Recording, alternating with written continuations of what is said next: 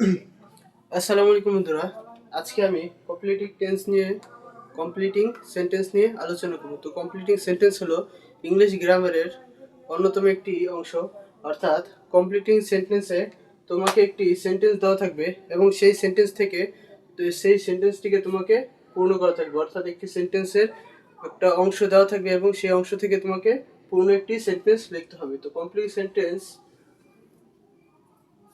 জানতে হলে তোমাকে প্রথমেই কয়েকটি রুলস সম্পর্কে জানতে হবে। অর্থাৎ কমপ্লিটিং সেন্টেন্স শেখার কিন্তু অনেকগুলো রুলস রয়েছে এবং এটা কিন্তু টেন্সের সাথে সম্পূর্ণভাবে যুক্ত। তো কমপ্লিটিং সেন্টেন্স শেখার জন্য প্রথমে আমাদের প্রথম রুলসটাকে দিকে লক্ষ্য করি।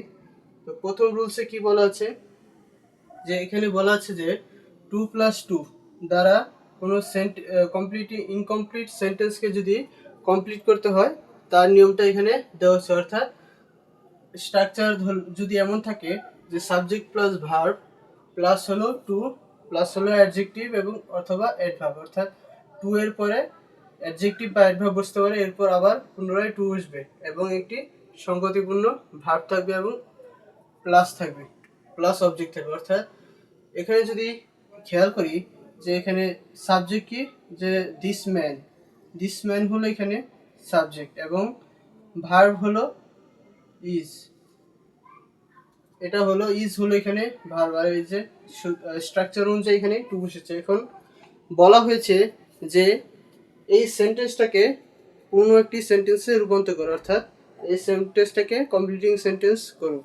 অর্থাৎ একটা অংশ দেওয়া আছে যে দিস ম্যান ইজ টু, তো টু এর পরে কি বসবে সেটা তোমাদের বের করতে হবে। তো এই স্ট্রাকচার অনুযায়ী আমরা খুব সহজে কিন্তু এখানে তা বসাতে পারি। অর্থাৎ এখানে লেখা আছে কি, যে স্ট্রাকচার অনুযায়ী সাবজেক্ট প্লাস ভার্ব, এখানে সাবজেক্ট রয়েছে আবার ভার্ব রয়েছে, এরপর কি রয়েছে, যে টু রয়েছে। যেহেতু এখানে টু রয়েছে সেহেতু আমরা স্ট্রাকচার অনুযায়ী বাকি অংশটা পূর্ণ করতে হবে। অর্থাৎ টু এর পরে কি বসবে, অর্থাৎ অ্যাডভার্ব বা অ্যাডজেক্টিভ বসবে। অ্যাডভার্ব বা অ্যাডজেক্টিভ কি, যে এই অংশটা সাবজেক্টের, অর্থাৎ সাবজেক্ট কি রয়েছে, যে দিস ম্যানের অ্যাডজেক্টিভ কি বসবে। তো দিস ম্যান ইয়ং হতে পারে বা ওল্ড হতে পারে। যদি যদি আমরা এখানে লিখি যে this man is too old plus too ওল্ডের পরে এখানে কি লিখতে বলেছে, যে স্ট্রাকচার অনুযায়ী এখানে রয়েছে যে টু, তাহলে this man is too old to একটি সঙ্গতিপূর্ণ ভার্ব, অর্থাৎ মূল যে ভার্ব রয়েছে যে সেন্টেন্সটি, সেই সেন্টেন্সের মূল ভার্বের সাথে সামঞ্জস্যপূর্ণ একটি ভার্ব তোমাকে এখানে বসাতে হবে। অর্থাৎ যদি আমরা এখানে ব্যবহার করি যে this man is too old to walk,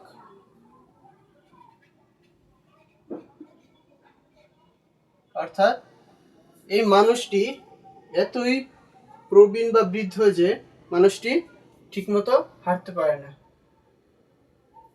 তো এইভাবে আমরা সেন্টেন্সকে ব্যবহার করতে পারবো। যদি আরেকটা এক্সাম্পল দেই, যে হি ইজ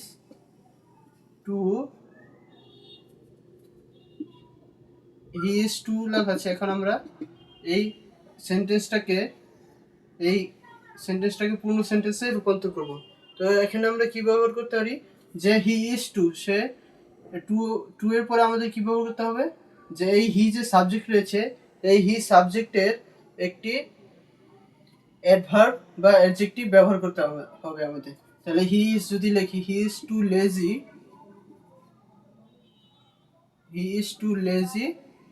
টু এক্সারসাইজ, অর্থাৎ he is too lazy to exercise.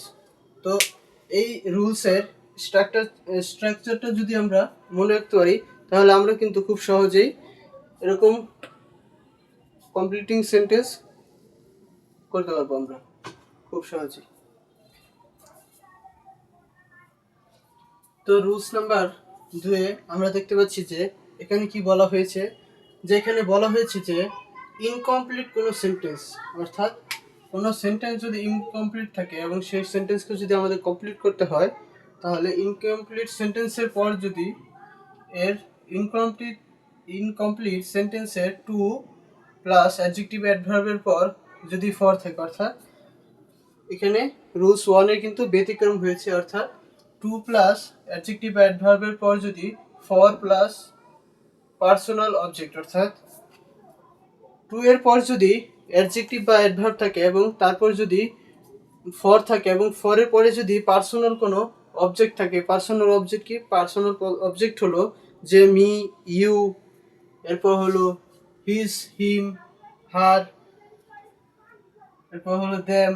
এগুলো হলো এই পার্সোনাল অবজেক্টগুলো।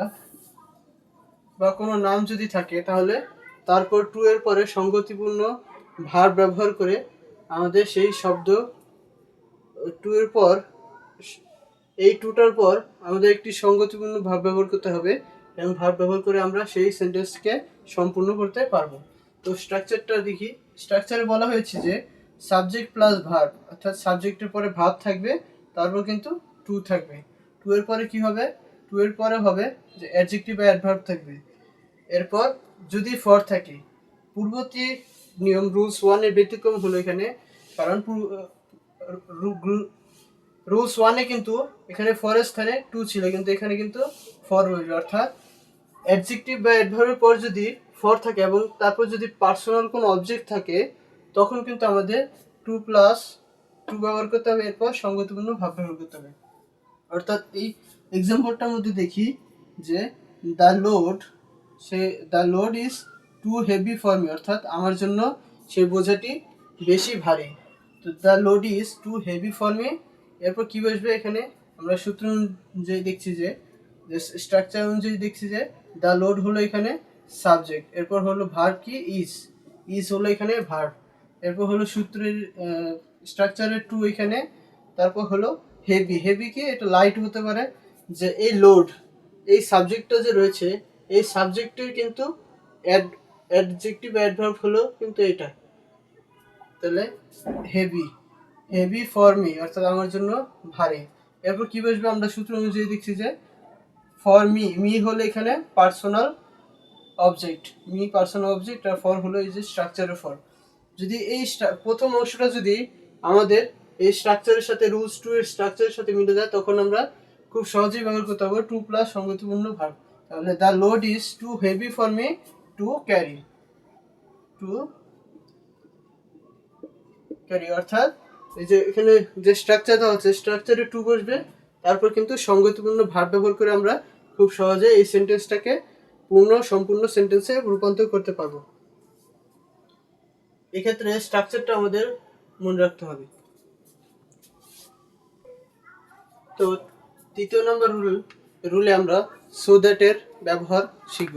এতে কিন্তু সংযুক্ত সো দ্যাট না, অর্থাৎ সো এর পরে কিন্তু কিছুটা স্পেস রয়েছে, তারপর দ্যাট বসেছে। অর্থাৎ কোনো ইনকমপ্লিট সেন্টেন্সে যদি সো এর পরে যদি অ্যাডজেক্টিভ বা অ্যাডভার্ব থাকে, তখন কিন্তু তারপরে দ্যাট বসে এবং তারপর সাবজেক্টের পরে ক্যান নট বা কুড নট ব্যবহার করে আমরা একটি সঙ্গতিপূর্ণ ভাব যুক্ত করে আমরা সেই সেন্টেন্সকে পূর্ণ করতে পারি। অর্থাৎ কোনো ইনকমপ্লিট সেন্টেন্স, তো এই সেন্টেন্সটাকে আমরা ধরি যে এই সেন্টেন্সটা কিন্তু একটা ইনকমপ্লিট সেন্টেন্স।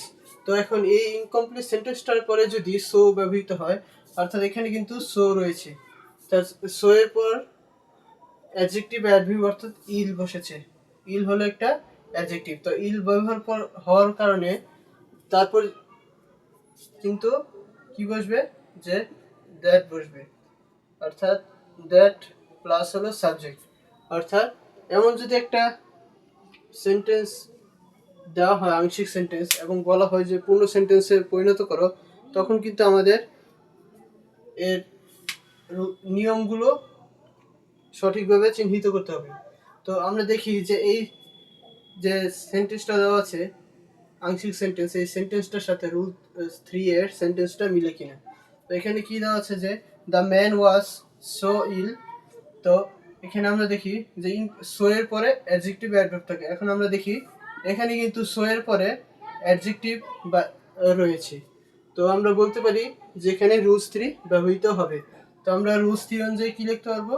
যে একটা ইনকমপ্লিট সেন্টেন্সে সো এর পরে অ্যাডভার্ব রয়েছে, তারপর এমন যদি থাকে তখন কিন্তু আমাদের এই অ্যাডভার্বের বা অ্যাডজেক্টিভের পরে কিন্তু আমাদের দ্যাট ব্যবহৃত করতে হবে। তো এখানে আমরা দ্যাট ব্যবহার করলাম, যে the man was so ill that, the man was so ill that, এরপর হলো সাবজেক্ট, যে হি ক্যান নট বা could not, he could not move an inch, অর্থাৎ লোকটি এতটাই অসুস্থ ছিল যে সে 1 ইঞ্চি পর্যন্ত সে নড়তে পারছিল না। অর্থাৎ এখানে কি বসলো আমরা দেখছি যে অর্থাৎ রুলস 3টা কি, রুলস 3 হলো যদি কোনো ইনকমপ্লিট সেন্টেন্সে যদি সো থাকে এবং সেই সো এর পরে যদি অ্যাডজেক্টিভ অ্যাডভার্ব থাকে তখন কিন্তু আমাদের কি ব্যবহার করতে হবে, রুলস 3 ব্যবহার করতে হবে। তো রুলস 3 অনুযায়ী সেই অ্যাডজেক্টিভ অ্যাডভার্বের পরে আমাদের দ্যাট ব্যবহার করতে হবে। দ্যাট ব্যবহার করার পরে আমাদের সাবজেক্ট ব্যবহার করতে হবে। সাবজেক্ট এখানে কিন্তু হি, এই হি ব্যবহার করে এই সাবজেক্টের এখানে হি সাবজেক্ট বসাতে হবে হি। তো হি ব্যবহার করার পরে কিন্তু আমাদের সাবজেক্টের পরে ক্যান নট বা কুড নট ব্যবহার করতে হবে। এরপর আমাদেরকে একটি সঙ্গতিপূর্ণ ভার্ব ব্যবহার করে সেই সেন্টেন্সটাকে সম্পূর্ণ করতে হবে। তো এইভাবে আমরা সেই সেন্টেন্সটাকে সম্পূর্ণ করলাম রুলস 3 অনুযায়ী। এখন আমরা রুলস 4 নিয়ে দেখবো। রুলস 4 আর রুলস 3 এর মধ্যে কিন্তু একটা এক বিষয় রয়েছে, সেই এক হলো এখানে কিন্তু সো দ্যাট, রুলস 3 তেও কিন্তু সো দ্যাট বসেছে, কিন্তু এবং রুলস 4এও কিন্তু সো দ্যাট রয়েছে, কিন্তু এর মধ্যে পার্থক্য কি, এখানে কিন্তু রুলস 3তে কিন্তু সো দ্যাটের পরে কিন্তু রুলস 3তে সো এর পরে কিন্তু অ্যাডভার্ব বা অ্যাডজেক্টিভ বসেছে, কিন্তু রুলস 4এ কিন্তু সো এর পরে কোনো অ্যাডজেক্টিভ বা অ্যাডভার্ব বসেনি, কিন্তু সরাসরি দ্যাট বসেছে। তো এখানে আমরা দেখি যে রুলস 4 এর স্ট্রাকচার কি। এখানে রয়েছে যে সাবজেক্ট প্লাস ভার্ব, অর্থাৎ সাবজেক্টের পরে ভার্ব বসবে, তারপর কিন্তু সো দ্যাট বসবে। সো দ্যাটের পরে কিন্তু প্রথম যে সাবজেক্টটা রয়েছে সেই সাবজেক্টটাই বসবে। এরপর আমরা মে মাইট, যদি প্রেজেন্ট টেন্স হয় তাহলে মে বা ক্যান বসবে, আর যদি পাস্ট টেন্স হয় সেই সেন্টেন্সটি তখন কিন্তু মাইট বা কুড ব্যবহার করতে পারবো। এরপর আমাদের কি রয়েছে, এরপর আমরা মাইট বা কুডের পরে ভার্ব বসাবো, এরপর এক্সট্রা ওয়ার্ড ব্যবহার করে কিন্তু আমরা সেই সেন্টেন্সটাকে পূর্ণ করতে পারবো। তো এটাই হলো রুলস 3 এর সাথে রুলস 4 এর পার্থক্য। তো এখানে বলা রয়েছে যে আমরা একটা উদাহরণ দেখি, যে the boy reads more so that. তো এখানে আমরা যেই সেন্টেন্সটাই দেওয়া থাকুক না কেন, প্রথমে আমাদের সেই সেন্টেন্সটাকে ভালোভাবে লক্ষ্য করতে হবে এবং আমরা যে রুলসগুলো শিখবো সেই রুলসের সাথে আমাদের মিলিয়ে দেখতে হবে যে কোন রুলসের সাথে মিলে। তো এখানে আমরা যদি খেয়াল করি যে দ্য বয় একটা হলো সাবজেক্ট রয়েছে, সাবজেক্টের পরে কি ভার্ব, সাবজেক্ট রয়েছে, সাবজেক্ট, এরপর রয়েছে ভার্ব, এরপর একটা অবজেক্ট এক্সট্রা ওয়ার্ড রয়েছে, এরপর কি রয়েছে সো দ্যাট।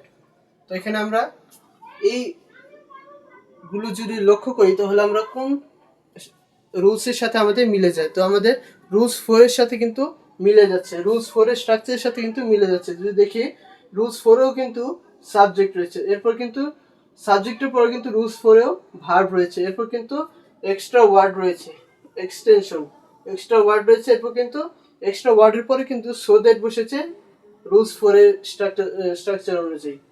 তো যেহেতু আমাদের রুলস 4 এর সাথে এই সেন্টেন্সটার স্ট্রাকচার মিলে যাচ্ছে, সেহেতু কিন্তু আমরা এখানে রুলস 4 ব্যবহার করতে পারবো। তো রুলস 4 অনুযায়ী আমরা কি ব্যবহার করবো, the boy reads more so that, সেই বালকটি বেশি পড়াশোনা করে যাতে করে। তাহলে এখানে আমাদের সাবজেক্ট কি, যে এই প্রথম সাবজেক্টটা হলো he, the boy reads more so that he, এরপর হলো ক্যান বা কুড।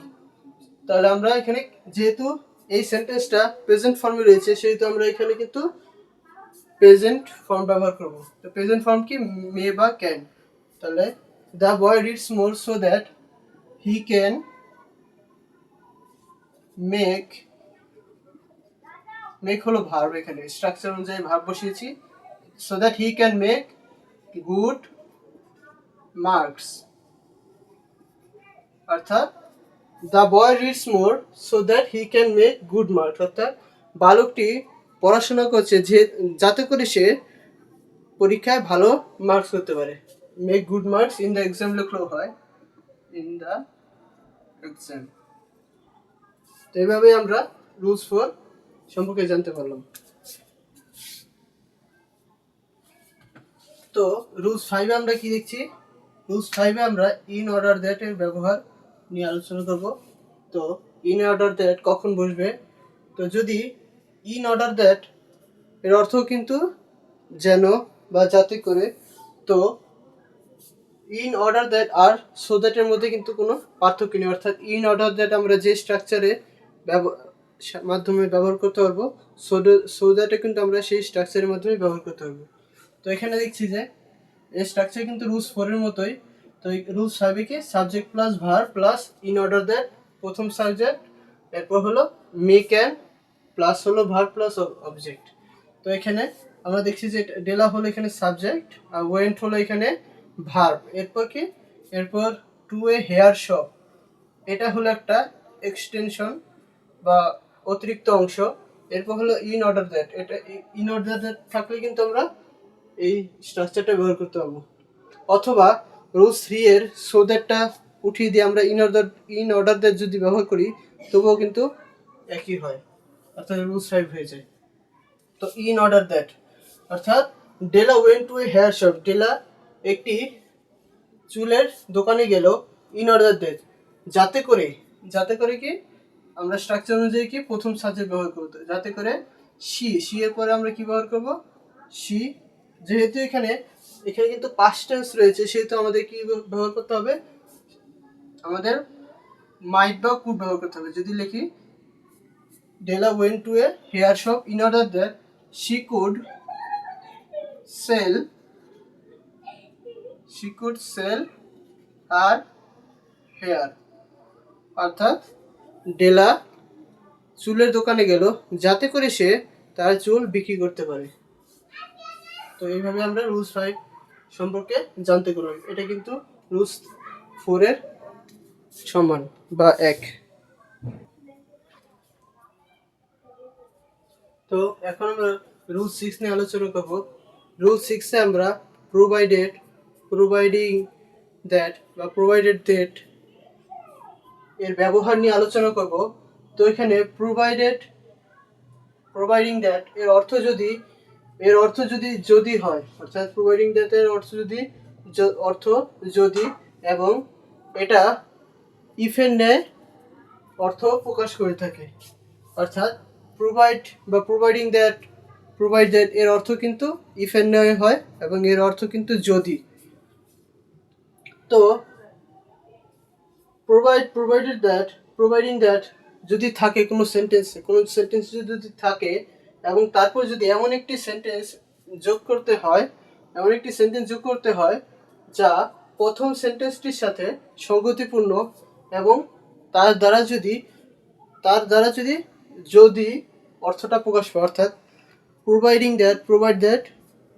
প্রোভাইডেড দ্যাট এই ওয়ার্ডগুলো যদি কোনো সেন্টেন্সে যুক্ত থাকে এবং তার এবং প্রথম সেন্টেন্সটির সাথে যদি সঙ্গতিপূর্ণ হয় এবং সেই সেন্টেন্সটার অর্থ যদি হয়, অর্থাৎ যদি অর্থ প্রকাশ করে, তখন কিন্তু আমরা রুলস 6 এর স্ট্রাকচারটি ব্যবহার করতে হবে। অর্থাৎ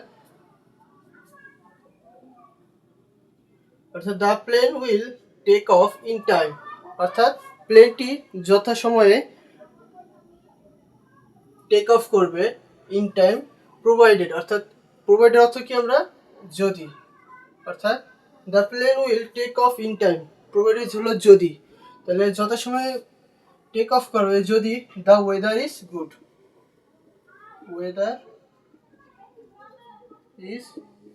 গুড, অর্থাৎ প্লেনটি কিন্তু তখনই টেক অফ করতে হবে যদি তার সেই অবস্থানের আবহাওয়া যদি ভালো হয়, তখনই কিন্তু প্লেনটি টেক অফ করতে পারবে। অর্থাৎ সঙ্গতিপূর্ণ একটি ভার্ব বা সেন্টেন্স ব্যবহার করে আমরা এই প্রোভাইডেড বা প্রোভাইডেড যদি থাকে তখন আমরা এই রুলসটি ব্যবহার করতে পারবো। তো সেক্ষেত্রে আমাদের খেয়াল রাখতে হবে যে সেন্টেন্সটির মধ্যে প্রোভাইডেড যুক্ত আছে কিনা, এবং প্রোভাইডেড যদি প্রোভাইডেড বা প্রোভাইডেড দ্যাট এই ওয়ার্ডগুলো যদি যুক্ত থাকে এবং তার অর্থ যদি এরকম প্রকাশ পায়, যদি অর্থ যদি প্রকাশ পায়, তখন কিন্তু আমরা রুল 6 ব্যবহার করতে হবে এভাবে। তো এখন আমরা রুল 7 এ আলোচনা করব। রুল 7 এ কি বলা হয়েছে? এখানে বলা হয়েছে যে লিস্ট এর ব্যবহার আমরা আলোচনা করব। রুল 7 এ আমরা লিস্টের ব্যবহার আলোচনা করব। তো লিস্ট অর্থ কি? লিস্ট অর্থ হলো পাছে ভয় হয়ে যায়, অর্থাৎ he should work fast, lest he work fast, lest he should miss the train, অর্থাৎ সে তাড়াতাড়ি হাঁটছে, পাছে ভয় হয়েছে সে ট্রেনটিকে মিস করবে, অর্থাৎ ট্রেনটি ধরতে পারবে না। তো এখানে লিস্ট হলো দুইটি আছে, একটি হলো LEAST, অর্থাৎ LEAST লিস্ট, এটা অর্থ হলো খুব কম বা ক্ষুদ্র। এরপর এখন আমরা যেটা নিয়ে আলোচনা করবো সেটা হলো LEST লিস্ট। লিস্ট অর্থ হলো পাছে ভয় হয়ে যায়। তো লিস্টে কি বলা হয়েছে? এখানে বলা হয়েছে যে প্রথম থেকে লিস্ট পর্যন্ত বসে, অর্থাৎ প্রথম থেকে লিস্ট পর্যন্ত আমরা বসাইলাম যে সাবজেক্ট, এরপর হলো ভার্ব, এরপর হলো লিস্ট, এরপর কিন্তু প্রথমে আবার সাবজেক্ট বসবে, অর্থাৎ সাবজেক্ট কি এখানে এই যে হি সাবজেক্ট রয়েছে এখানে বসবে, এরপর হি এর পরে কিন্তু এখানে শুড বসবে, অর্থাৎ যে প্রথম সাবজেক্টটা বসছে সেই সাবজেক্টের পর কিন্তু হি বা মাইট বসবে। এরপর একটি সঙ্গতিপূর্ণ ভার্ব ব্যবহার করে আমরা সেন্টেন্সটিকে কমপ্লিট করতে পারবো। তো এই লিস্ট অর্থ কিন্তু পাছে ভয় হয়েছে, কিন্তু এটি কিন্তু নেগেটিভ অর্থ বুঝিয়ে থাকে, অর্থাৎ যদি কোনো সেন্টেন্সে লিস্ট ব্যবহৃত হয় তখন কিন্তু আমাদের আলাদা করে নট বসাতে হবে না, অর্থাৎ যে এবং এখানে এই লিস্ট দ্বারা যে ক্লজটি শুরু হয় তারপর কিন্তু শুড বা মাইট বসে, অর্থাৎ এখন আমরা যদি ব্যবহার করি যে প্রথম থেকে লিস্ট পর্যন্ত লিখলাম, এরপর বলা হয়েছে এরপর আমরা কী লিখবো যে প্রথম সাবজেক্ট, এখানে সাবজেক্টটা কি হি, তাহলে হি র্যান অ্যাওয়ে লিস্ট হি, এরপর কিন্তু আমাদের কি বসাতে হবে? শুড বসাতে হবে। যদি লিখি লিস্ট হি শুড, এরপর হলো মিস দ্য ট্রেন, বা এটা না লিখে যদি এটা সঙ্গতিপূর্ণ একটা এখানে সেন্টেন্স ব্যবহার করতে হবে। He ran away lest he should, অর্থাৎ হি শুড বা মাইট বি সিন, অর্থাৎ পাছে সে দৌড়ে পালিয়ে যাচ্ছে, পাছে ভয় হয় যে তাকে না কেউ দেখে ফেলে। তো এইভাবে আমরা রুল 7টা ব্যবহার করতে পারবো। তো রুলস 8-এ আমরা দেখতে পাচ্ছি এখানে আমরা আনলেস নিয়ে আলোচনা করবো, অর্থাৎ আনলেসের ব্যবহার নিয়ে আলোচনা করবো কমপ্লিটিং সেন্টেন্সে। তো এখানে কি বলা হয়েছে? এখানে বলা হয়েছে যে আনলেসের অর্থ হলো ইফ নট, অর্থাৎ যদি না। আনলেস শব্দের অর্থ হলো ইফ নট, অর্থাৎ যদি না, অর্থাৎ এখানে কিন্তু আমাদের আলাদা করে নট ব্যবহার করা যাবে না। আনলেস যুক্ত কোনো ক্লজের মধ্যে কিন্তু আমরা নট ব্যবহার করতে পারবো না। তো এখানে আনলেস যুক্ত ইনকমপ্লিট সেন্টেন্সকে যদি আমরা কমপ্লিট করতে চাই তখন কিন্তু ইনকমপ্লিট সেন্টেন্সটি বসে এবং তারপর কিন্তু সঙ্গতিপূর্ণ একটি পূর্ণ সেন্টেন্স যোগ করতে হবে। তো আনলেস ইউ রিড অ্যাটেন্টিভলি, তো এর সাথে সঙ্গতিপূর্ণ একটা পূর্ণ সেন্টেন্স কোনটি ব্যবহার করব? পূর্ণ সেন্টেন্স হলো আনলেস ইউ রিড অ্যাটেন্টিভলি, তুমি যদি না ভালো করে পড়াশোনা করো তাহলে কি হবে? তুমি কিন্তু পরীক্ষায় ফেল করবে বা পরীক্ষায় অকৃত করেছে হবে। তো এখানে আমরা কি বসাতে পারি? যে unless you read attentively you will fail in the exam, you will fail in the exam, অর্থাৎ তুমি যদি মনোযোগ সহকারে পড়াশোনা না করো তুমি কিন্তু পরীক্ষায় ফেল করবে। তো এইভাবে আমরা রুলস 8 ব্যবহার করতে পারবো। তো এখন আমরা রুলস নাম্বার 9 আলোচনা করব। রুলস নাম্বার 9 কিন্তু টিল বা আনটিল সম্পর্কে বলা হয়েছে যে টিল বা আনটিল আমরা কখন ব্যবহার করব। অর্থাৎ কোনো ইনকমপ্লিট সেন্টেন্সে যদি আনটিল বা টিল থাকে এবং সেই সেন্টেন্সের সাথে আমরা একটি ফুল সেন্টেন্স যুক্ত করে সেই ইনকমপ্লিট সেন্টেন্সকে আমরা কমপ্লিট করতে পারবো। অর্থাৎ একটা নোট হলো এখানে যে টিল বা আনটিল যুক্ত সেন্টেন্স কিন্তু অবশ্যই এর পরের অংশ, টিল বা আনটিলের পরের অংশ কিন্তু অ্যাফার্মেটিভ সেন্টেন্স হতে হবে। এটা কিন্তু কখনোই নেগেটিভ সেন্টেন্স হতে পারবে না। এখন যদি একটা উদাহরণ দেই যে ওয়েট হিয়ার আনটিল, এখন বলা হলো যে এই ইনকমপ্লিট সেন্টেন্সটাকে কমপ্লিট সেন্টেন্সে পরিণত করে, তখন আমাদের কি করতে হবে? তখন আমাদের কিন্তু একটা অ্যাফার্মেটিভ সেন্টেন্স এখানে যুক্ত করতে হবে। তো ওয়েট হিয়ার অর্থাৎ এখানে অপেক্ষা করো। আনটিল মানে কি? যতক্ষণ না পর্যন্ত। আনটিল অর্থ হলো যতক্ষণ না পর্যন্ত। অর্থাৎ ওয়েট হিয়ার আনটিল কি হয় যদি লিখি যে until the rain stops, until the rain stops অর্থাৎ এখানে অপেক্ষা করো যতক্ষণ না পর্যন্ত বৃষ্টিটা শেষ হচ্ছে। অর্থাৎ যদি কোনো ইনকমপ্লিট সেন্টেন্সে যদি টিল বা আনটিল থাকে তখন কিন্তু আমাদের এর পরের অংশটি অবশ্যই অ্যাফার্মেটিভ সেন্টেন্স যুক্ত করতে হবে। সেই সেন্টেন্সের সাথে সঙ্গতিপূর্ণ একটি সেন্টেন্স যুক্ত করতে হবে। যুক্ত করে সেই ইনকমপ্লিট সেন্টেন্সকে আমাদের কমপ্লিট সেন্টেন্সে পরিণত করতে হবে। এখন আমরা 10 নম্বর রুলস নিয়ে আলোচনা করব। 10 নম্বর রুলসে কিন্তু অ্যাজ লং এস এর ব্যবহার নিয়ে বলা হয়েছে। অর্থাৎ অ্যাজ লং অ্যাজ যুক্ত একটি ইনকমপ্লিট সেন্টেন্সে সাথে একটি পূর্ণাঙ্গ সেন্টেন্স যুক্ত করে কিন্তু প্রদত্ত ইনকমপ্লিট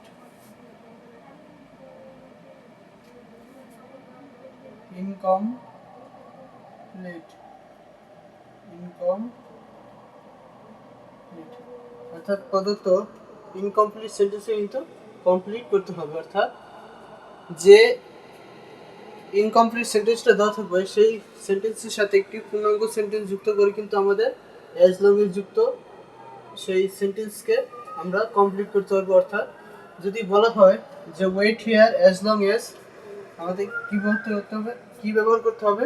এই সেন্টেন্সটা যা আছে সেই সেন্টেন্সের সাথে সঙ্গতিপূর্ণ একটি সেন্টেন্স যুক্ত করতে হবে।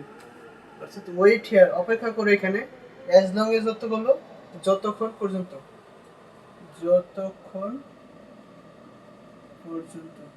অর্থাৎ wait here as long as it rains.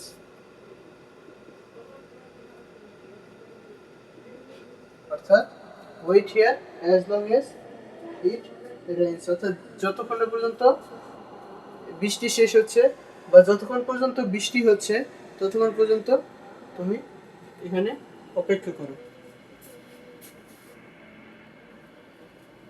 Rules number 11-তে আমরা দেখতে পাচ্ছি যে এখানে কিন্তু বলা হয়েছে যে দো, although, since, because, if, as. অর্থাৎ এগুলো যদি যুক্ত থাকে যে দো, although, since, because, is, since, because, if, as. অর্থাৎ দো, although, since, because, is, if, as যুক্ত ইনকমপ্লিট সেন্টেন্সকে কমপ্লিট করতে হলে এদের সাথে একটি অর্থবহ পূর্ণাঙ্গ সেন্টেন্স যোগ করতে হবে। অর্থাৎ কোনো সেন্টেন্সে যদি দো, অলদো, এরপর সিন্স, অ্যাজ, ইফ এই সকল ওয়ার্ড যুক্ত থাকে তখন কিন্তু আমাদের তার সাথে একটি অর্থবহ একটি পূর্ণাঙ্গ সেন্টেন্স যোগ করে সেই সেন্টেন্সকে আমাদের পূর্ণ সেন্টেন্সে পরিণত করতে হবে। অর্থাৎ এখানে যদি দেখি এখানে কিন্তু দো যুক্ত আছে। দো হি ইজ পুর, দো অর্থ কি? যদিও, দো হি ইজ পুর, যদিও সে এখানে একজন গরিব, হি ইজ পুর, যদিও সে গরিব, এখানে কি বসাতে পারি আমরা, যে দো হি ইজ পুর হি ইজ গ্রিডি। আবার লিখতে পারি যে দো হি ইজ পুর হি ইজ ওয়েল হার্টেড, যদি লিখি হি ইজ ওয়েল হার্টেড, দো হি ইজ পুর হি ইজ ওয়েল হার্টেড, যদিও সে গরিব, তো যদি যদিও সে গরিব, সে একজন ভালো মনের মানুষ, সে একজন গরিব হওয়া সত্ত্বেও সে একজন ভালো মনের মানুষ। তো এইভাবে আমরা দো অল দো সিন্স বিকজ, এরপর হলো অ্যাজ ইফ যদি যুক্ত থাকে তখন আমরা একটি পূর্ণাঙ্গ অর্থ যুক্ত করে আমরা সেই ইনকমপ্লিট সেন্টেন্সকে কমপ্লিট করতে পারবো।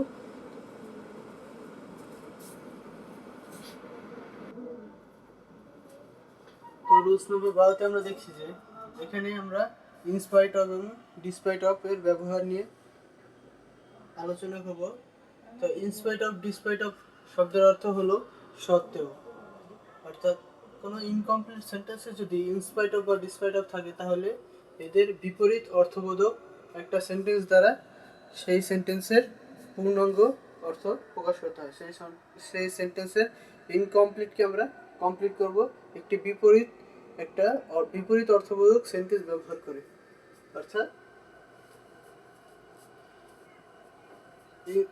এই রুলস অনুযায়ী যদি কোনো সেন্টেন্স দেওয়া থাকে এবং তাতে যদি ইনস্পাইট অফ বা ডিসপাইট অফ থাকে, তখন আমাদেরকে তার বিপরীত অর্থবোধক একটি সেন্টেন্স যুক্ত করে সেই সেন্টেন্সকে কমপ্লিট করতে হবে, অর্থাৎ সেই ইনকমপ্লিট সেন্টেন্সকে আমাদের কমপ্লিট করতে হবে।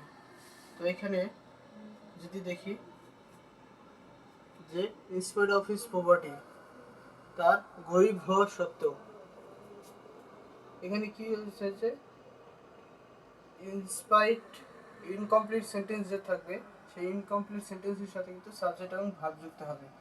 তো এখানে ইনস্পাইট অফ হিজ পভার্টি, তার দারিদ্রতা থাকা সত্ত্বেও, অর্থাৎ তার দারিদ্রতা থাকা সত্ত্বেও আমরা কি লিখবো এখানে, যে সাবজেক্ট কি এখানে হিজ, তো এই হিজ হিসেবে আমরা লিখতে পারি যে হি, এরপর হলো ইজ, এই ভার্ব, যে হিজের ভার্ব হলো এখানে is. In spite of his poverty, he is honest. In spite of his poverty, he is honest.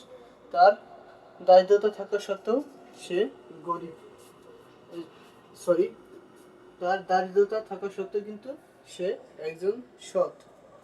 তো এইভাবে আমরা ইনস্পাইট অফ এবং ডিসপাইট অফ ব্যবহার করতে হবে কমপ্লিটিং সেন্টেন্সে।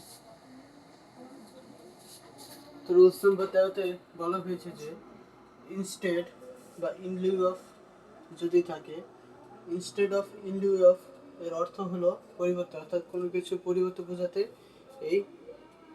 এগুলো ব্যবহৃত হয়ে থাকে। Instead of in Liu of কোনো কিছু পরিবর্তে বোঝাতে ব্যবহৃত হয়। অর্থাৎ ইনস্টেড অফ বা ইন লিউ অফ একটি সিম্পল সেন্টেন্সে ব্যবহৃত হয়, অর্থাৎ instead of in Liu of এটি সিম্পল সেন্টেন্সে ব্যবহৃত হয়।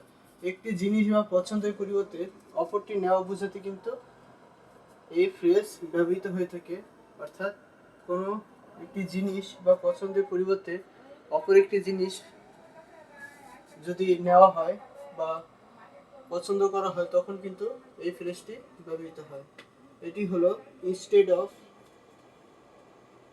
এবং এর পরিবর্তে আমরা কি ব্যবহার করতে পারি, ইনস্টেড অফ যদি লিখি, এর পরিবর্তে ইনস্টেড অফ হিস্টোরি যদি লিখি, instead of history he took arts, যদি লিখি instead of history he took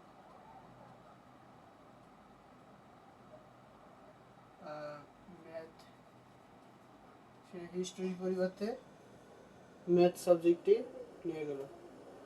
instead of history he took math book, অর্থাৎ সে ইতিহাস বইয়ের পরিবর্তে গণিত বইটি নিয়ে গেল। তো এইভাবে আমরা ইনস্টেড অফ বা ইন লিউ অফ ব্যবহার করতে হবে।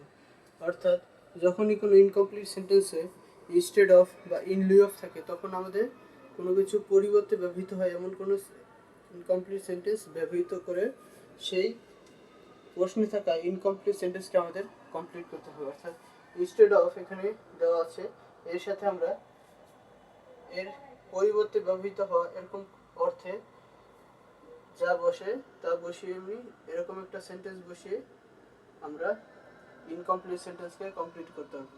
অর্থাৎ ইনস্টেড অফ পরিবর্তে, ইনস্টেড অফ হিস্টোরি আমরা ইতিহাসের পরিবর্তে হি টুক ম্যাথ বুক, অর্থাৎ ইতিহাসের পরিবর্তে সে ম্যাথ বইটি নিয়ে গেল। তো এইভাবে আমরা ইনস্টেড অফ বা ইন লিউ অফ ব্যবহার করতে হবে। রুলস নাম্বার 14 বলা হয়েছে যে because of, on account of, owing to এবং ডু টু এর ব্যবহার আমরা কীভাবে করতে পারবো। অর্থাৎ এই শব্দগুলো অর্থ সম্পর্কে জানি যে বিকজ অফ অর্থ হলো কারণে, অন অ্যাকাউন্ট অফ হলো জন্যে, ওয়িং টু অর্থ হলো কারণে, ডু টু অর্থ হলো কারণে। অর্থাৎ এই শব্দগুলো বা এই ফ্রেজগুলো যদি সিম্পল, এগুলো শুধুমাত্র সিম্পল সেন্টেন্সে ব্যবহৃত হয়। অর্থাৎ because of, on account of, owing to, do to, এই ফ্রেজগুলো কিন্তু শুধুমাত্র সিম্পল সেন্টেন্সে ব্যবহৃত হয়। এই ফ্রেজগুলি দ্বারা ইনকমপ্লিট, এই ফ্রেজগুলো দ্বারা ইনকমপ্লিট সেন্টেন্সকে আমরা কমপ্লিট করার সময় সাবজেক্ট প্লাস ভার্ব ব্যবহার করতে হবে। অর্থাৎ everybody loves him because of his honesty, অর্থাৎ সবাই তাকে ভালোবাসে কারণ সে হলো অনেস্ট বা সৎ। এখানে এটা হলো, এটা কিন্তু সাবজেক্ট আর এটা হলো ভার্ব। এইভাবে আমরা because of, on account of, owing to, do to ব্যবহার করতে পারবো।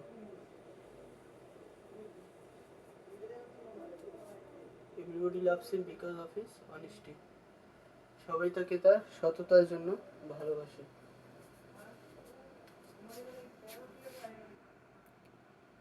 তো এখন আমরা রুলস 15 উড রাদার এবং উড সুনার দেন নিয়ে আলোচনা করব। উড রাদার এবং উড সুনার নিয়ে আলোচনা করব। এই ক্ষেত্রে উড রাদার এবং উড সুনার অর্থ হলো বরং বা তবুও।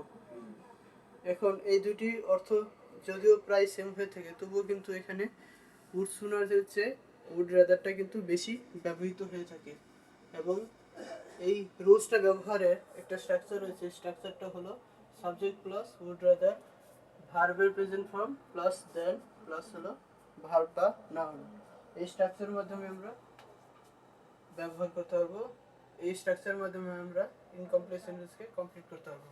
যদি সেই ইনকমপ্লিট সেন্টেন্সে যদি অবশ্যই উড রাদার যুক্ত থাকে। যদি লিখি যে I would rather die, I would rather die than beg, অর্থাৎ এখানে বলা হয়েছে যে I would rather die, আমি মারা যাব তবুও আমি ভিক্ষা করব না। I would rather die, আমি মারা যাব তবুও আমি ভিক্ষা করব না। তো এই স্ট্রাকচারের মাধ্যমে আমরা কিন্তু ইনকমপ্লিট সেন্টেন্সে কমপ্লিট করতে পারবো। এখানে সাবজেক্ট হলো আই এবং উড রাদার হলো এই সূত্র উড রাদার, এই স্ট্রাকচারে উড রাদার, এবং এখানে ডাই, রাদার ডাই, এটা কিন্তু এখানে ডাই হলো এই ভার্বের প্রেজেন্ট ফর্ম এবং বাকিটা হলো স্ট্রাকচার অনুযায়ী দেন এবং বেগ বসেছে। তো এইভাবে আমরা 15 নম্বর রুলসটা ব্যবহার করতে হবে। তো রুলস নাম্বার 16 আমরা হেড বেটার নিয়ে জানতে পারবো। অর্থাৎ হেড বেটার আমরা কখন ব্যবহার করবো। হেড বেটার অর্থ হলো তবুও বা বরং ভালো। অর্থাৎ এটি কখন ব্যবহৃত হয় হেড বেটার যুক্ত সেন্টেন্স পাস্ট টেন্সে যদিও হেড বেটার যুক্ত সেন্টেন্স পাস্ট টেন্সে হয়, তবুও কিন্তু তা পাস্ট টেন্স হয় না। হেড বেটার কিন্তু একটি আনরিয়েল পাস্ট, এটি ফিউচার বা প্রেজেন্ট টেন্স, এটা অর্থ অনুযায়ী ব্যবহৃত হয়ে থাকে, বা অর্থ প্রেজেন্ট টেন্স বা ফিউচার টেন্সের অর্থ প্রকাশ করে। আবার হেড বেটারের পর কিন্তু কোনো ইনফিনিটিভ টু বসে না, এটা সর্বদা ভার্বের বেস হয়ে থাকে। এই স্ট্রাকচারটা কি? এই স্ট্রাকচার হলো subject plus had better plus ভার্বের বেস ফর্ম প্লাস হলো এক্সটেনশন, অর্থাৎ এখানে ইউ হলো একটা সাবজেক্ট, এরপর হলো হেড বেটার। এখন আমরা কি বসাবো? ভার্বের বেস ফর্ম হলো ইউ হ্যাভ বেটার, বা একটা ভার্ব বসাই যে you have better leave, leave একটা ভার্ব, at once, অর্থাৎ you have better leave the place, you have better leave the place, leave the place, you have better leave the place, অর্থাৎ you had better leave the place, অর্থাৎ এইভাবে আমরা head better ব্যবহৃত করতে পারবো।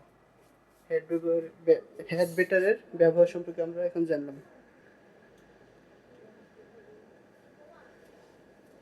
Rule 17-এ আমরা দেখতে পাচ্ছি যে এখানে বলা হয়েছে যে no sooner had then scarcely had when এবং হার্ডলি হ্যাড ওয়েন। এর অর্থ হলো যেতে না যেতে বা খেতে না খেতে, পৌঁছাতে না পৌঁছাতে, এমন অর্থ বোঝাতে ব্যবহৃত হয়ে থাকে। অর্থাৎ হোয়েন ও দেন, হোয়েন ও দেনের পূর্ব পর্যন্ত কিন্তু পাস্ট পারফেক্ট টেন্স হয়, এবং হোয়েন এবং দেনের পরের অংশ কিন্তু পাস্ট ইনডিফিনিট টেন্স হয়। এখন হোয়েনের পূর্বে, অর্থাৎ হোয়েন বা দেনের পূর্বে, এখানে যদি লিখি যে দেন, এই দেনের পূর্ব অংশটা কিন্তু পাস্ট পারফেক্ট, আবার এর পরের অংশ কিন্তু past indefinite, past indefinite tense. তো এখানে কি বলা হয়েছে? এখানে বলা হয়েছে যে no sooner had I gone out then, এখানে কিন্তু পাস্ট ইনডিফিনিট যদি লিখি হ্যাড আই, তাহলে আই এর এখানে কি বসবে? আই এর ক্ষেত্রে সাবজেক্টটা বসবে হি, দেন হি কেম, অর্থাৎ আমি যেতে না যেতে, আমি বাইরে যেতে না যেতে সে এসেছিল। এভাবে আমরা এই স্ট্রাকচারটা ব্যবহার করতে হবে। রুলস 18-এ আমরা দেখতেছি, রুলস 18-এ রয়েছে যে ইট ইজ টাইম, অর্থাৎ কোনো কাজ করার সঠিক সময় হয়েছে এমন বোঝাতে কিন্তু ইট ইজ টাইম ব্যবহৃত হয়ে থাকে। অর্থাৎ ইট ইজ টাইমের স্ট্রাকচার কি? স্ট্রাকচার হলো it is time, it is time plus হলো ইনফিনিটিভ, ইনফিনিটিভের টু প্লাস হলো বাকি অংশ। তো যদি বলা হয় যে ইট ইজ টাইম টু, এর সাথে একটা সঙ্গতিপূর্ণ সেন্টেন্স যুক্ত করি, তো ইট ইজ টাইম টু এরপর কি বসবে? ইট ইজ টাইম, টাইমের পরে কিন্তু টু বসে, it is time to start the work বা ডু দ্য ওয়ার্ক। যদি লিখি যে স্টার্ট দ্য ওয়ার্ক, অর্থাৎ it is time to start the work. কোনো কাজ করার, অর্থাৎ কোনো সেন্টেন্সের ইনকমপ্লিট সেন্টেন্সে ভার্বের কোনো কাজ করার সঠিক সময় বুঝাতে কিন্তু ইট ইজ টাইম ব্যবহৃত হয়ে থাকে। তো এইভাবে আমরা এই স্ট্রাকচারটা জানতে পারলাম। রুলস 19-এ আমরা পুনরায় ইট ইজ টাইম এর স্ট্রাকচারটা জানতে পারবো।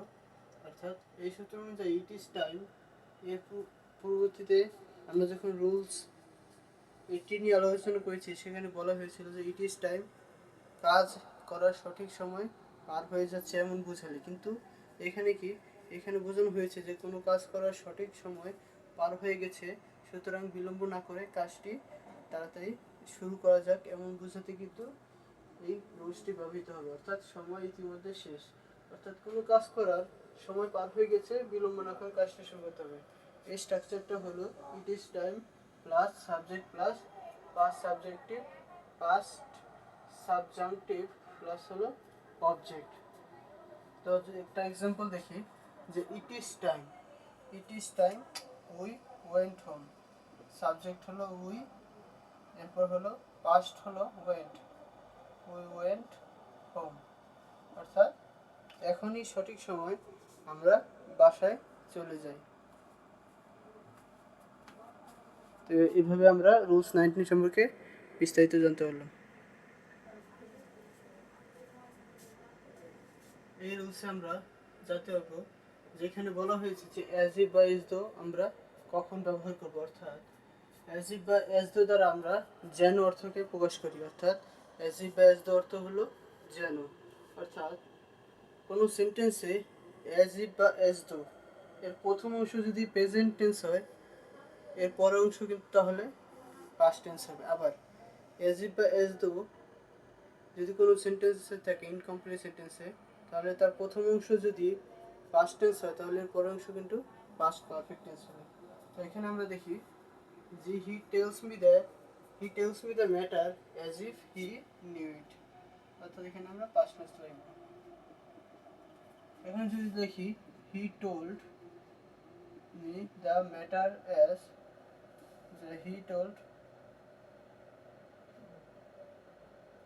হি told me the matter as if, এখানে কিন্তু পাস্ট পারফেক্টের হি হ্যাড বসবে, এরপর past participle form he had known it, অর্থাৎ এভাবে আমরা এস বা এস থাকলে এভাবে আমরা ব্যবহার করতে পারবো এবং আমরা ইনকমপ্লিট সেন্টেন্স কিন্তু এইভাবে কমপ্লিট সেন্টেন্সে পরিণত করতে পারবো। রুলস নাম্বার 21 আমরা লেট অ্যালোন এর ব্যবহার নিয়ে আলোচনা করব। তো লেট অ্যালোন কি? এটা হলো যে কোনো কিছু ভাবা যায় না, কোনো কিছু চিন্তা করা যায় না বা চিন্তার অতীত এমন কিছু যখন বোঝায় তখন আমরা লেট অ্যালোন ব্যবহার করি। তো এখানে বলা হয়েছে যে কোনো কিছু চিন্তা করা যায় না বা ভাবা যায় না, অর্থাৎ কোনো কিছু চিন্তা করা যায় না বা ভাবা যায় না এরূপ বোঝাতে কিন্তু আমরা লেট অ্যালোন ব্যবহার করে থাকি, অর্থাৎ এটা মূলত নেগেটিভ অর্থ প্রকাশ করতে ব্যবহৃত হয়ে থাকে। তো এখানে আমরা দেখছি যে he can not pass in the first division, তো সে হি ক্যান নট, সরি এখানে ফার্স্ট না, যদি লিখি থার্ড ডিভিশন, তো he can not pass in the third division, সে থার্ড ডিভিশনেই পাস করতে পারে না, তো সে কীভাবে ফার্স্ট ডিভিশনে পাস করবে? তো এখানে কিন্তু চিন্তার অতীত বা ভাবা যায় না বা কল্পনা করা যায় না এরূপ কিছু বোঝা বোঝা বোঝাতে আমরা ব্যবহার করতে হবে, এমন কিছু বোঝাতে কিন্তু লেট অ্যালোন ব্যবহার হয়। তো এখানে হি can not pass in the third division, তো এখানে আমরা কী লিখবো এখন রয়েছে let alone in the first division, he cannot pass in the third division let alone in the first division, সে থার্ড ডিভিশনে পাস করতে পারে না, সে থার্ড ডিভিশনে পাস করতে পারে না, সে কীভাবে ফার্স্ট ডিভিশনে পাস করে চিন্তা করতে পারে? তো কোনো কিছু চিন্তা করা যায় না, ভাবা যায় না এরূপ বা কল্পনা করা যায় না এরূপ বোঝাতে কিন্তু লেট অ্যালোন ব্যবহৃত হয়। রুলস নাম্বার 22 নিয়ে এখন আলোচনা করবো।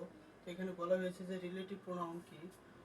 রিলেটিভ প্রোনাউনের ব্যবহার নিয়ে আলোচনা করেছে, অর্থাৎ হু হুইচ, যদি কোনো ইনকমপ্লিট সেন্টেন্সে যদি who which that whom whose এই প্রধান রিলেটিভ প্রোনাউন যদি কোনো ইনকমপ্লিট সেন্টেন্সে যদি রিলেটিভ প্রোনাউনগুলির যে কোনো একটি থাকে, অর্থাৎ who which that whom whose প্রধান রিলেটিভ প্রোনাউন যদি কোনো ইনকমপ্লিট সেন্টেন্সে রিলেটিভ প্রোনাউনগুলির যে কোনো একটি যদি থাকে, তাহলে উক্ত সেন্টেন্সটিকে আমরা যখন কমপ্লিট করব তখন কিন্তু রিলেটিভ কমপ্লিট করার সময় রিলেটিভ প্রোনাউনের পরে অ্যান্টিসেডেন্ট অনুযায়ী ভার্ব বসিয়ে সেন্টেন্সকে কমপ্লিট করতে হবে, অর্থাৎ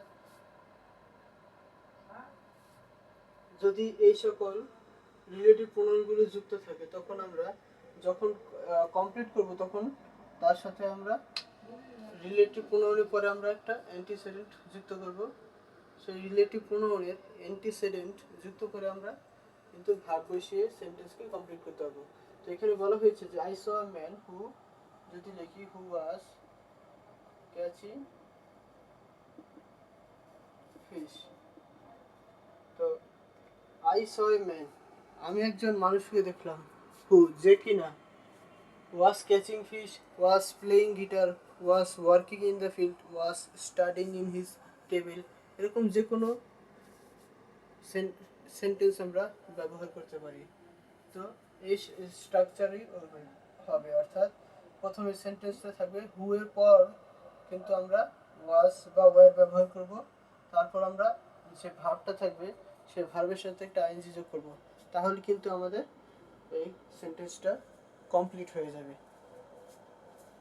অর্থাৎ who, which, that, whom, whose যাই থাকুক না কেন, তারপরে আমাদের ওয়াজ বা ওয়ার ব্যবহার করে তার যে মূল ভার্বটা ধরবো আমরা, যে ভার্বটা ব্যবহার করবো সেই ভার্বের সাথে আমাদের আইনজি যুক্ত করতে হবে।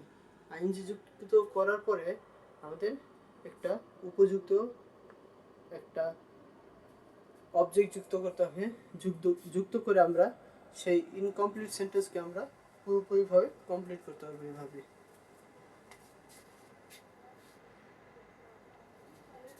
রুলস নাম্বার 23 আমরা উইথাউট প্লাস জিরান্টের ব্যবহার নিয়ে জানতে পারবো যে কখন আমরা উইথাউট প্লাস জিরান যদি কোনো ইনকমপ্লিট সেন্টেন্সে থাকে তখন আমরা কিভাবে সেই সেন্টেন্সটাকে কমপ্লিট করব তা নিয়ে এখন আলোচনা করব। তো এখানে উইথাউট প্লাস জিরান যুক্ত ইনকমপ্লিট সেন্টেন্সকে কমপ্লিট করার সময় আমাদের প্রথমে প্রিন্সিপাল ক্লজের শুরুতে personal subject plus verb plus বসাতে হবে। তো কিভাবে বসাবো, তো এখানে একটা উদাহরণ দেখাচ্ছি, যেখানে হলো উইথাউট রিডিং মোর, অর্থাৎ বেশি পড়াশোনা যদি না করো, অর্থাৎ পড়াশোনা বেশি করে না করলে তুমি কি করবে, তুমি কিন্তু ফেল করবে। Without reading more you can not pass in the exam, অর্থাৎ without reading more you can not pass in the exam, তুমি যদি বেশি করে পড়াশোনা না করো তাহলে তুমি কিন্তু পরীক্ষায় পাশ করতে পারবে না। এখানে যদি থাকে উইথাউট ওয়ার্কিং হার্ড, তুমি কিন্তু you can not prosperous in your life, অর্থাৎ আমাদের কি খেয়াল রাখতে হবে যে উইথাউটের পরে যখন পরবর্তী যে সেন্টেন্সটা আমাদের পূর্ণ করার জন্য দিবে তখন কিন্তু আমাদের সাবজেক্ট প্লাস ক্যান নট বসাতে হবে। সাবজেক্ট প্লাস ক্যান বা can not subject plus can not বসাতে হবে, প্লাস ক্যান নট বসানোর পরে অবজেক্ট বা বসাতে হবে। তো এইভাবে আমরা উইথাউট প্লাস জিরান থাকলে আমরা সেই সেন্টেন্সটাকে কমপ্লিট করতে পারবো। তো 25 নাম্বার রুলস আমরা এখন, এর আগে আমরা উইথাউট জিরান নিয়ে আলোচনা করেছি, এখন আমরা বাই জিরান নিয়ে আলোচনা করবো। অর্থাৎ যদি বাই থাকে কোনো সেন্টেন্স ইনকমপ্লিট সেন্টেন্স এবং তারপরে যদি জিরানযুক্ত কোনো ইনকমপ্লিট সেন্টেন্স থাকে তার তার সাথে, অর্থাৎ বাই প্লাস জিরানযুক্ত ইনকমপ্লিট সেন্টেন্সকে কমপ্লিট করার সময় আমাদের প্রিন্সিপাল ক্লজের শুরুতে verb plus subject plus verb ব্যবহার করতে হবে। অর্থাৎ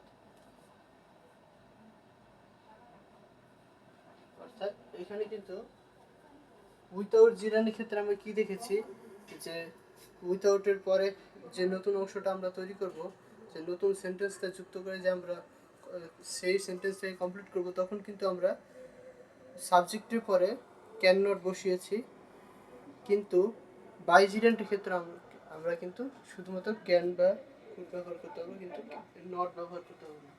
অর্থাৎ by reading more we can learn more, অর্থাৎ এখানে কিন্তু we can not learn more এটা বুঝবে না। অর্থাৎ বাই রিডিং মোর, বেশি করে পড়ার মাধ্যমে উই ক্যান লার্ন মোর, আমরা বেশি জানতে পারবো।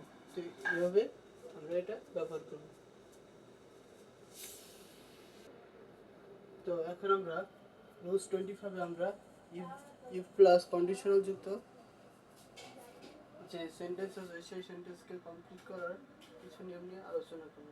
তো এখানে প্রথমে বলা হয়েছে যে ইফ যুক্ত ক্লজটি যদি প্রেজেন্ট ইনডিফিনিট টেন্সে হয় তাহলে কিন্তু প্রিন্সিপাল ক্লজটি ফিউচার ইনডিফিনিট টেন্সে হবে। অর্থাৎ ইফ যুক্ত কোনো সেন্টেন্স যদি প্রেজেন্ট ইনডিফিনিট টেন্সে হয় তাহলে এর প্রিন্সিপাল ক্লজ কিন্তু ফিউচার ইনডিফিনিট টেন্স হবে। অর্থাৎ এখানে কি বলা হয়েছে, ইফ ইট রেইনস, এটি কিন্তু প্রেজেন্ট টেন্সে রয়েছে, সুতরাং এর প্রিন্সিপাল ক্লজ কিন্তু ফিউচার ইনডিফিনিট টেন্সে হবে। আবার ইফ যুক্ত ক্লজ যদি পাস্ট ইনডিফিনিট টেন্সে হয় তাহলে প্রিন্সিপাল ক্লজ কিন্তু পাস্ট কন্ডিশনাল হবে। আমরা জানি যে পাস্ট কন্ডিশনাল হলো উড, কুড, মাইট।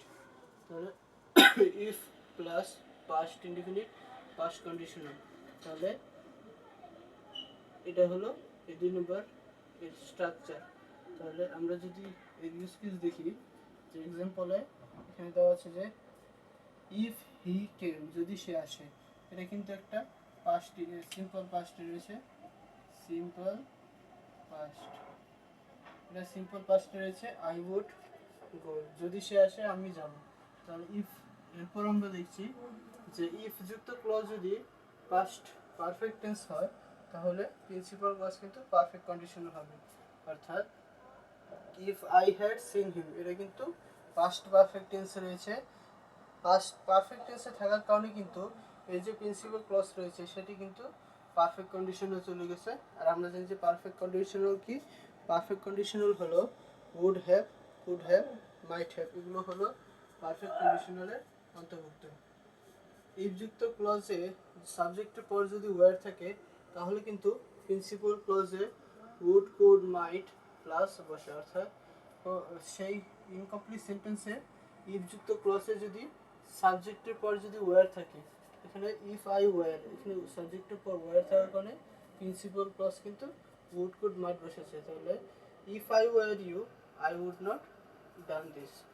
তো এইভাবে আমরা ইফ কন্ডিশনাল যুক্ত সেন্টেন্সকে কমপ্লিট করতে হবে এই রুলসগুলোর মাধ্যমে। এই রুলসগুলো তাই খুব মনোযোগ সহকারে মুখস্থ করতে হবে। তো 26 নম্বর রুলে এখানে বলা হয়েছে যে হ্যাড প্লাস সাবজেক্ট প্লাস ভার্বের পাস্ট পার্টিসিপল, অর্থাৎ সাবঅর্ডিনেট ক্লজটিতে যদি হ্যাড প্লাস সাবজেক্ট প্লাস ভার্বের পাস্ট পার্টিসিপল থাকে তখন প্রিন্সিপাল ক্লজটি কিন্তু পারফেক্ট কন্ডিশনাল হয়। অর্থাৎ এখানে যদি একটা উদাহরণ দেখি, যে সাবজেক্ট এখানে হ্যাড, স্ট্রাকচার অনুযায়ী হ্যাড প্লাস হলো সাবজেক্ট হলো আই, এরপর হলো ভার্বের পাস্ট পার্টিসিপল হলো সি, এর পাস্ট পার্টিসিপল হলো সিন, এরপর হলো প্রিন্সিপাল ক্লজটি পাস্ট কন্ডিশনাল হবে, পাস্ট পারফেক্ট, প্রিন্সিপাল ক্লজটি কিন্তু পারফেক্ট কন্ডিশনাল হবে। তাহলে had I seen him I would have,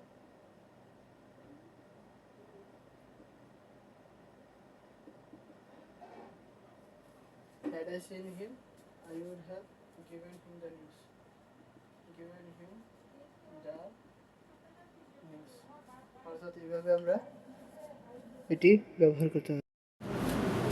তো এখন আমরা রুলস 27-এ দ্য প্লেস হোয়ার এই রুলসটি সম্পর্কে জানব। তো যদি ইনকমপ্লিট সেন্টেন্সে যদি কোনো স্থান নির্দেশ করে তখন কিন্তু আমরা হোয়ারের সাথে সাবজেক্ট প্লাস হলো ভার্ব যুক্ত করে সেই সেন্টেন্সকে আমরা কমপ্লিট করতে পারবো। তো Rupganj is the city, Rupganj is the place where যদি লিখি যে Turag was born, Turag was born, অর্থাৎ রূপগঞ্জ হলো সেই শহর, রূপগঞ্জ হলো সেই শহর যেই শহরে তুরাগ নদীর সৃষ্টি হয়েছিল, বা তুরাগ ওয়াজ বর্ন। তো যদি কোনো স্থান নির্দেশ করে তখন কিন্তু আমরা এই রুলসটি ব্যবহার করতে পারবো। তো 28 নম্বর রুলসে আমরা দেখতে পাচ্ছি যে এখানে বলা হয়েছে যে দ্য টাইম হোয়েন, এটা দ্বারা কোনো সময়কে নির্দেশ করে, অর্থাৎ ইনকমপ্লিট সেন্টেন্স যদি কোনো সময়কে নির্দেশ করে তখন আমরা এই রুলসটি ব্যবহার করতে পারবো। অর্থাৎ সময়ের উল্লেখ থাকলে আমরা when plus subject plus verb এই সূত্র ব্যবহার করে একে কমপ্লিট করতে পারবো। যে স্যাটারডে, যদি একটা উদাহরণ দেখি যেখানে বলা হয়েছে যে Saturday is the day when the week begins, অর্থাৎ শনিবার এমন একটা দিন যখন সপ্তাহের প্রথম দিন বা সপ্তাহ শুরু হয়। তো এই সূত্র খুবই ইজি। এই রুলস আমরা দেখতে পাচ্ছি যে সো মাচ বা সো মেনি আমরা কখন ব্যবহার করব, অর্থাৎ কোনো ইনকমপ্লিট সেন্টেন্সে যদি সো মাচ বা সো মেনি থাকে তখন আমরা এই স্ট্রাকচার ব্যবহার করব যে ইনকমপ্লিট সেন্টেন্সের পরে প্লাস ভার্ব প্লাস হলো দ্যাট যোগ করতে হবে, তারপর পুনরায় সাবজেক্ট বসে ভার্ব যুক্ত করতে হবে। সো মাচ দ্বারা কিন্তু কোনো পরিমাণ বোঝায় আর সো মেনি দ্বারা সংখ্যা বোঝায়। তো ইউ হ্যাভ সো মেনি এক্সাম্পলটা দেখি। এই এক্সাম্পল বলা হচ্ছে যে you have so much money that you can buy a ticket. যদি দেখি that you can buy a ticket,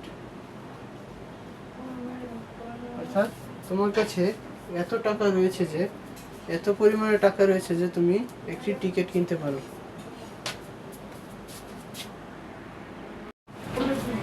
rules number 30 তে বলা হয়েছে যে present perfect tense in the subordinate clause, অর্থাৎ ইনকমপ্লিট সেন্টেন্স অর্থাৎ প্রিন্সিপাল ক্লজটি যদি প্রেজেন্ট বা ফিউচার টেন্সে থাকে তখন কিন্তু তার শেষে হোয়েন বা আফটার থাকলে এর পরের সাবঅর্ডিনেট ক্লজটি প্রেজেন্ট পারফেক্ট কন্টিনিউয়াস হয়ে থাকে। অর্থাৎ প্রিন্সিপাল ক্লজ যদি প্রেজেন্ট টেন্স বা ফিউচার ইনডিফিনিট টেন্সে থাকে তখন সেই ইনকমপ্লিট সেন্টেন্সে যদি হোয়েন যুক্ত থাকে বা আফটার যুক্ত থাকে তখন কিন্তু তারপরে সাবঅর্ডিনেট ক্লজটি প্রেজেন্ট পারফেক্ট টেন্সে পরিণত হয়।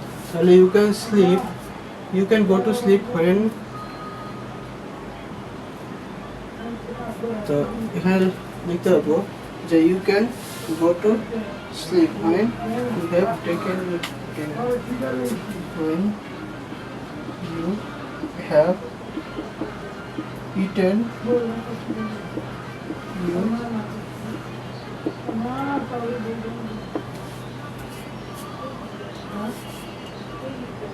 অর্থাৎ তুমি ঘুমাতে যেতে পারো যখন কিনা তুমি তোমার রাত্রের খাবার খেয়ে ফেলেছো। অর্থাৎ এখানে কিন্তু প্রেজেন্ট পারফেক্ট টেন্স হবে।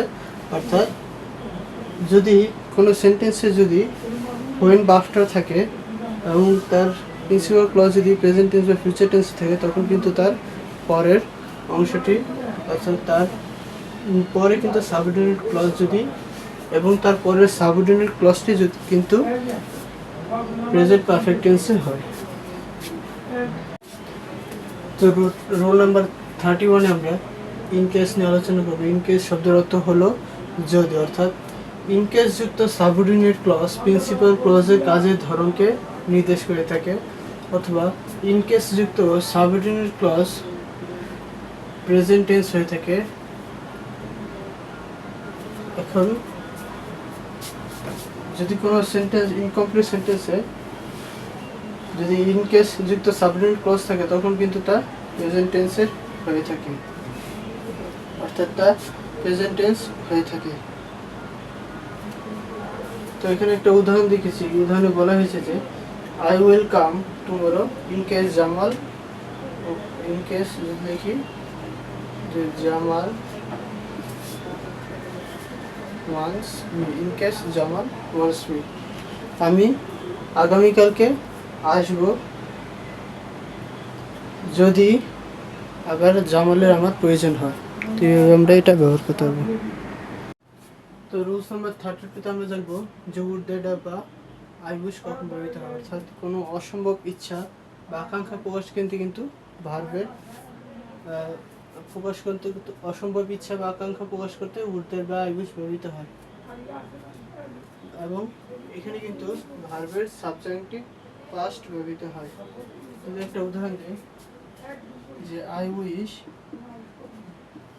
এখানে বলা হলো যে এর পরের অংশটা কী বুঝবে, তাহলে আমরা লিখতে পারবো যে অসম্ভব আকাঙ্ক্ষা বা ইচ্ছা। আই উইশ দ্বারা বোঝাচ্ছে যে আমার আকাঙ্ক্ষা, তখন আমরা লিখতে পারবো যে I wish I were a king বা আই ওয়ার এ গার্ল, বা যাই লিখি আই ওয়ার এ কিং। তো এইভাবে আমরা এই রুলসটা সম্পর্কে জানতে পারলাম।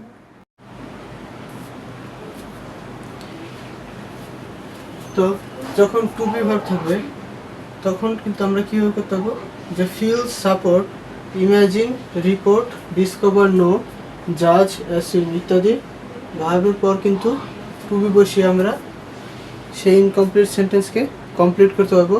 যেমন I know him to be honest, যদি বলা থাকে যে I know him to be, কী হবে, এরপর অনেস্ট বসবে, অর্থাৎ আমি তাকে একজন সৎ মানুষ হিসেবে জানি। এইভাবে আমরা এই রুলসটা ব্যবহার করতে পারবো। তো রুল নাম্বার 34-এ আমরা দেখবো যে অ্যাজ কখন ব্যবহৃত হয়। অ্যাজ অর্থ হলো যেহেতু, অর্থাৎ কোনো কিছুর মত প্রকাশ করতে কিন্তু অ্যাজ ব্যবহৃত হয়ে থাকে। মত প্রকাশ বা কোনো কিছু রিগার্ড, ট্রিট, অ্যাকনলেজমেন্ট, কন্ডেম, অর্থাৎ regard, treat, acknowledge, regard, treat, acknowledge, এরপর কন্ডেম, এগুলো বোঝাতে কিন্তু আমরা অ্যাজ ব্যবহৃত করতে পারি। রিগার্ড, ট্রিট, অ্যাকনলেজ, কন্ডেম বোঝাতে অ্যাজ ব্যবহৃত হয়ে থাকে, অর্থাৎ Khan Jahan Ali regarded as prime king, Khan Jahan Ali prime king হিসেবে গণ্য করা হয়। এরপর আমরা রুল 35-এ দেখবো, সর্বশেষ রয়েছে would you mind. Would you মাইন্ডের সাথে কি বসে, যে এক্ষেত্রে ইনকমপ্লিট সেন্টেন্সের পর ভার্ব বসে আইএনজি যুক্ত করতে হয়, প্লাস হলো অবজেক্ট। তো এখানে কি উড ইউ মাইন্ড টেকিং, যদি লিখি would you mind taking a glass of tea,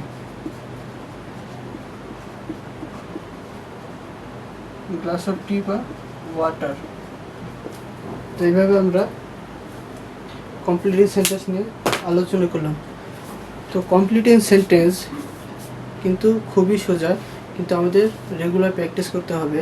যখন আমি এসএসসি বা এইচএসসিতে ছিলাম, তখন আমি কিভাবে কমপ্লিটিং সেন্টেন্সে ফুল 80 মার্কস বা প্লাস মার্ক তুলেছি।